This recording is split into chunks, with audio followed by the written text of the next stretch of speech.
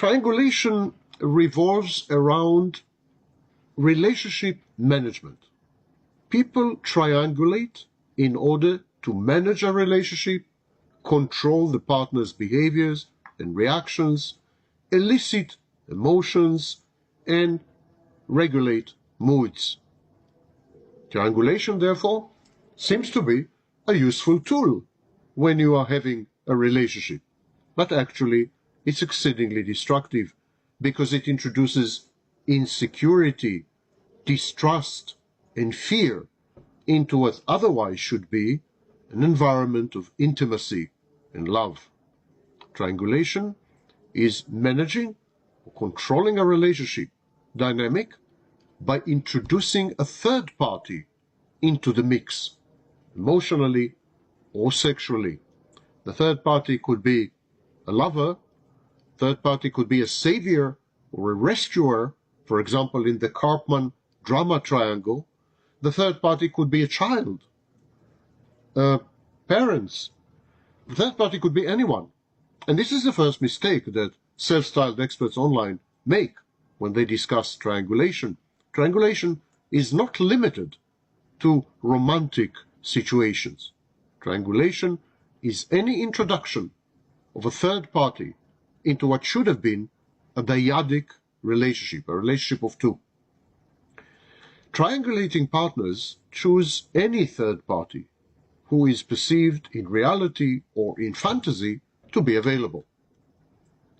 When there is no specific third party, and I'm saying again, the third party can be available in reality, but it's enough if the third party is perceived as available, for example, in an elaborate fantasy, or owing to misinformation or a mistake.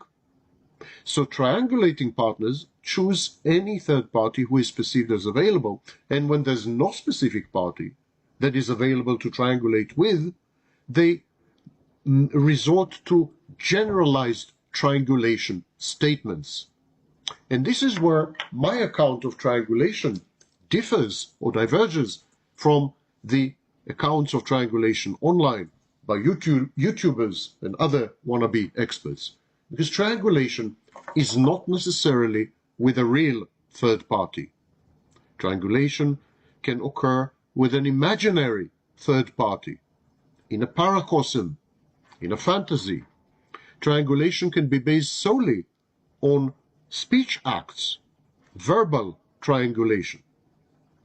So when there is no specific third party introduced into the dyad, into the relationship, then language can serve the role of a triangulation.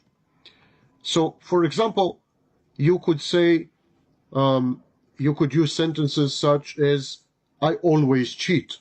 I always cheat is a form of triangulation because it creates uncertainty and fear and destroys intimacy. You could say, I can never be loyal. I can't resist my sex drive. Cheating is meaningless to me. I don't give a damn about my partner. I don't even remember my partner when I'm having sex with others. I always do as I please at the moment, and so on and so forth. This is an example of triangulating within a romantic setting using language and language only.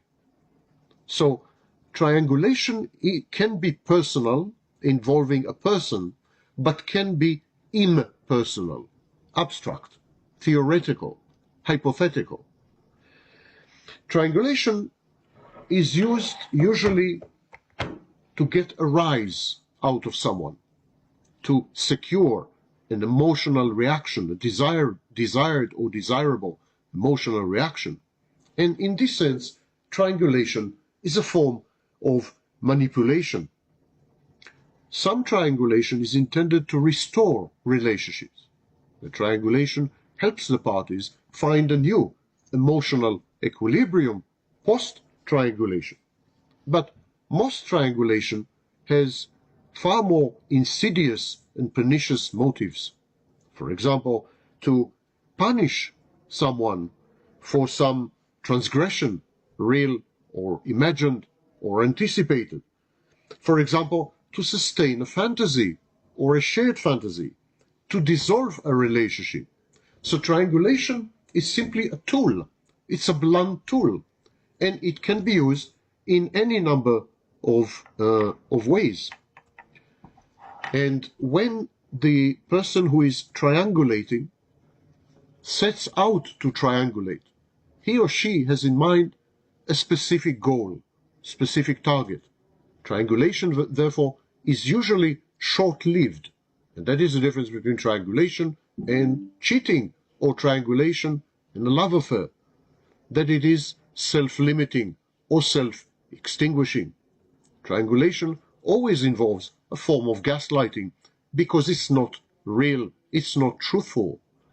It's a representation of reality which deviates from what's really happening.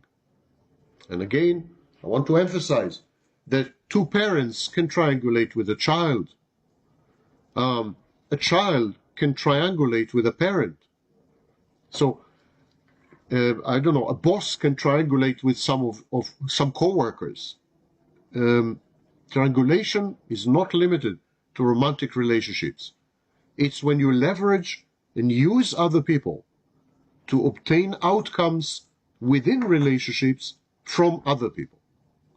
And usually the triangulating party triangulates with someone who is insignificant, someone who is temporary, a stranger, for example, in order to secure outcomes with a partner who is meaningful, who is important. So, personal versus impersonal triangulation. You have been edified.